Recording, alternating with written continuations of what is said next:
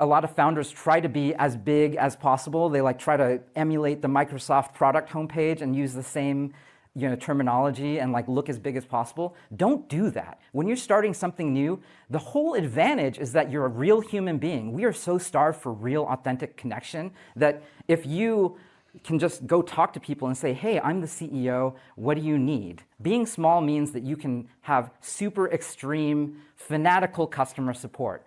We're always talking about product market fit. How do you figure out what people want? They're just going to come tell you, and you've got to listen. The reason why people don't do this is they sort of think of starting startups as like building this incredibly complex machinery that it's like building a car. But I encourage you to think about it in a different way, which is it's more like throwing a really, really amazing party.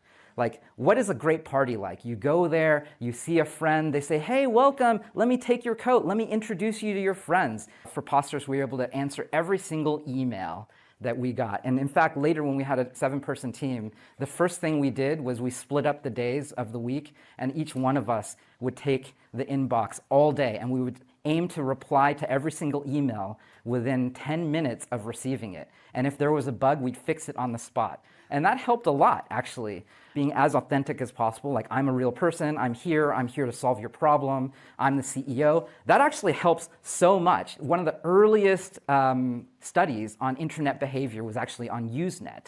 If someone posted and did not get a reply, only 16% of people would come back to that forum. But if you got even one reply, 26% would come back. The 10% difference in retention is actually the difference between a startup that's flatlining and one that's actually working.